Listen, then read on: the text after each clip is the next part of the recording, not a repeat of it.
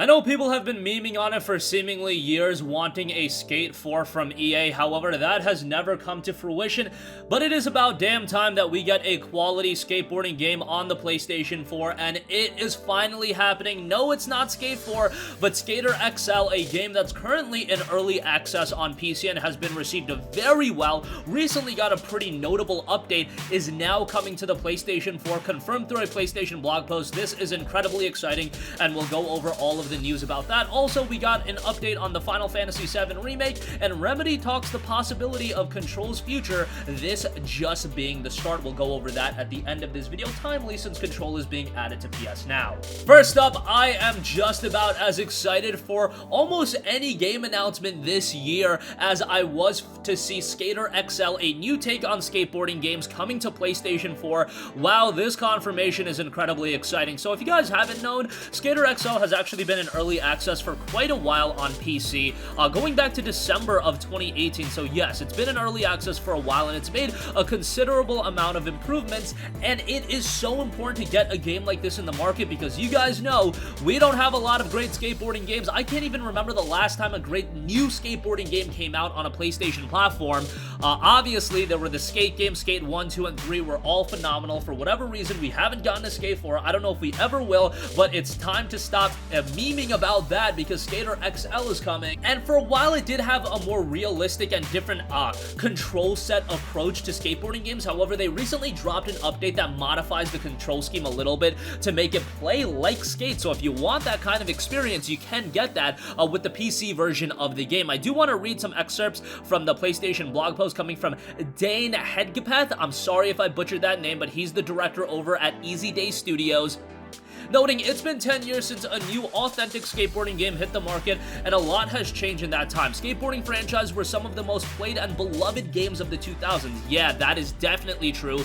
Many of us have fond memories of Friday nights, chilling on the couch with a few buds, passing the controller around, playing EA Skate or the original Tony Hawk's Pro Skater series. That makes me incredibly nostalgic, so he is completely on the money with that statement, and I'm sure some of you guys can relate to that. Fans of the genre have famously been clamoring for a new skate and revival of an old franchise, but the question we've been asking ourselves at Easy Day Studio is, what would a skateboarding game designed from the ground up look like today? We've spent the last few years looking to answer that question, designing and improving Skater XL through early access and now moving towards the full launch of the complete 1.0 game. The most important thing to understand about Skater XL is that it is designed to be fun in the same way that skateboarding is fun. The core of the gameplay is designed more as an expressive and creative tool than a traditional video game with preset challenges to complete. The game is unique in that it doesn't have any tricks programmed into it, only control of the movement through the thumbsticks. Each thumbstick is connected to the character's corresponding foot. The right stick controls the right foot, the left stick controls the left foot.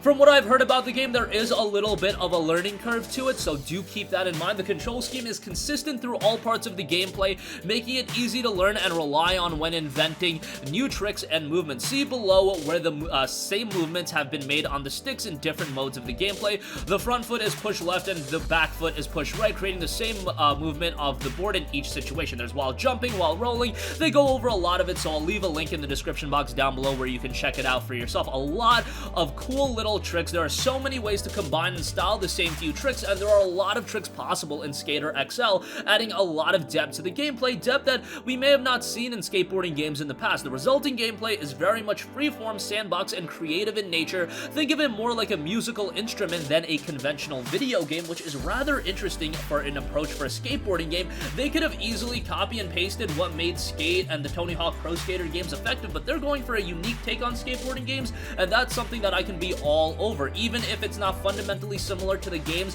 that I am so nostalgic with. Just a quality skateboarding games that is a little bit unique in presentation and gameplay, hey, that's something I'm at least going to try out. The final piece of the puzzle is the environment. You can take this set of basic skills and tricks and reinvent the environment any way you like. Whether you push yourself perfecting the subtle nuances of a highly technical trick or just want to catch some air, our environments are yours to leave your mark on. This creativity in reinventing real-world environments is a big part of skateboarding, and the final release of Skater XL will contain several real-world locations based on iconic skate spots from California and the West Coast. They go over some more tricks that you can do: kickflip, backside Smith grind, hand flip hippie jump. You've got a nollie flip backtail backside flip out. I'm not really familiar with all the various tricks of a skateboarder. I was never a big skateboarder myself. I just love the video games and had a ton of fun with the old school skateboarding titles. At its core, Skater XL is about the journey of challenging yourself and expanding what you can do each time you play, whether it be trying to perfect a line with a tough sequence of moves or just chill and free skate doing what you feel like in the moment.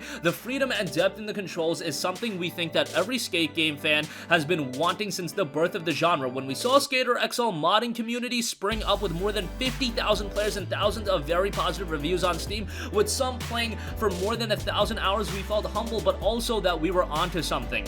Skater XL is continuing to evolve, and I even imagine after the 1.0 release that it's a game that will continually evolve and get better and better. And to give you guys an idea of the reception of the game, all-time reviews, 3,281 reviews, it's 83% positive, which is rather good on Steam. That's very positive. However, the recent reviews for an early access game are so much more important and imperative because that tells you the improvements the game has made and the updates the game has made, while the all-time reviews encompass all of the reviews that have been posted. Well, the recent reviews are 93% positive with still a decent sample size of 255 user reviews in the last 30 days. That's a significant improvement and kind of goes to show that Skater XL has made a considerable amount of improvements throughout the course of this early access period.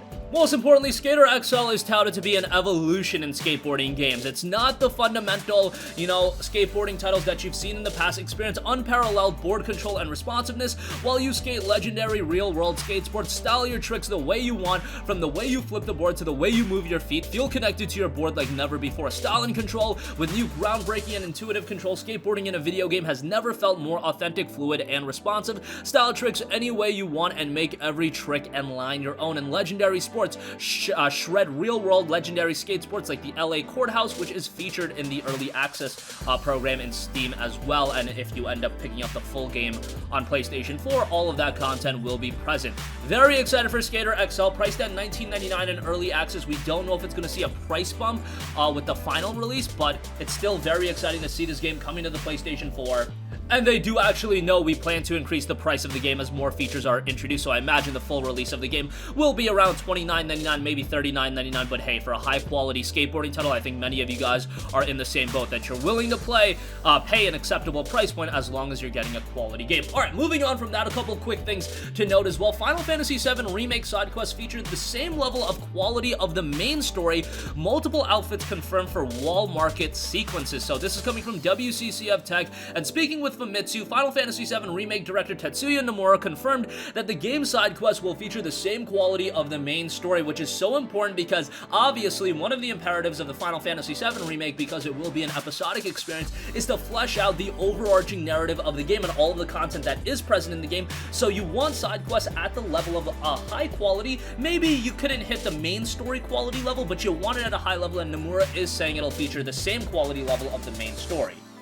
The team initially wanted to add a big number of them, but eventually decided to make them more meaningful and engaging, and I am all for that. Quality over quantity when it comes to side quests. A lot of other major lengthy games will shoehorn in a lot of side content. However, how much of that side content is really compelling? I prefer more compelling side content like we get out of A Witcher 3 than an overabundance of side content that's just there to pad hours into a game. I'm not really about that. Keep it a concise experience and keep the quality level high.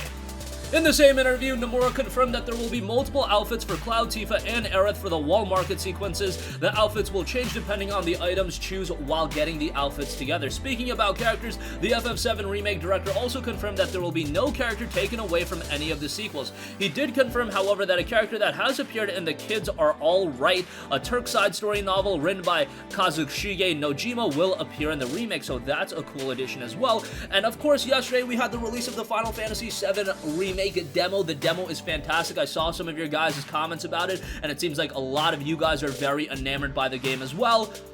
And I'm very excited to see the game finally come out on April 10th. It's been a long time coming for this one. It's 2020 now. People have been talking about the potential of an FF7 remake going back to 2005, so 15 years of build-up. And hopefully it doesn't take 15 years for Final Fantasy VII Remake Part 2 to come out. I'm sure it won't. They've got the fundamentals in place now. I'm sure Part 2 will be out in 2 to 3 years. Let's just keep the consistency rolling as we get these games out. Lastly, I do want to note that Remedy Entertainment noted that on Control's future, this is just the start. Remedy Entertainment's communications director Thomas Pujas has said that the critically acclaimed Control is just the start and that its developers have a lot of ideas for the game's world. IGN quizzed Pujas about Control's future at DICE 2020, where the game won 4 awards, to which he said, quote, "A lot of our recent work was about getting Remedy into a position where we can create Control and we can hopefully keep making more Control." So yeah, absolutely, and especially with all the love we're getting, there are so many things we know we can do and explore, so I'd say that this is just the start. With the success of Control, a lot of interesting opportunities have been opened up, and there's no shortage of ideas at Remedy either. It's been a very, very interesting past 6 months. The future is really exciting. Now, all the great momentum that Control's generated is making us say, let's not waste that. Of course, Control's also being added to PlayStation Now this month, so if you've yet to check out the game, maybe your 7-day free trial is still live, that's definitely a game to check out. It's a great title. I was very high on it. It's been going on sale a little bit as well. So if you prefer to own it, there's that option as well. I do ultimately think this game is going to be remastered for the PlayStation 5. I think you can do a definitive version. I think you can have a second win for the game with the DLC included at a $39.99 price point. I think that would do rather well.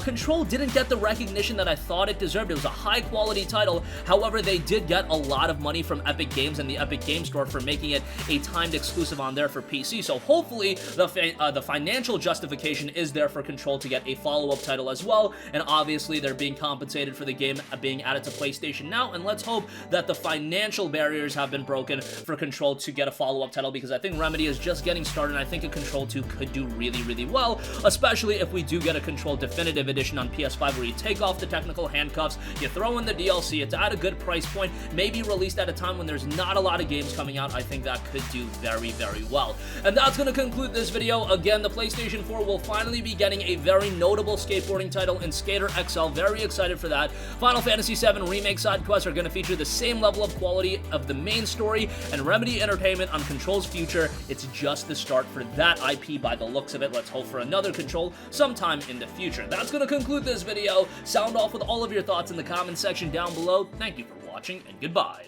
Hey guys, we hope you enjoyed the video, and if you did, make sure to hit the subscribe button, and if you're already subscribed, do us a favor and hit the bell icon. This way you'll be notified whenever we post a new video. That's the best way to keep up with all of our uploads, and we usually try to upload 2 videos a day. And with the bell icon hit, you'll be notified whenever we do upload a video. As always, thanks for watching.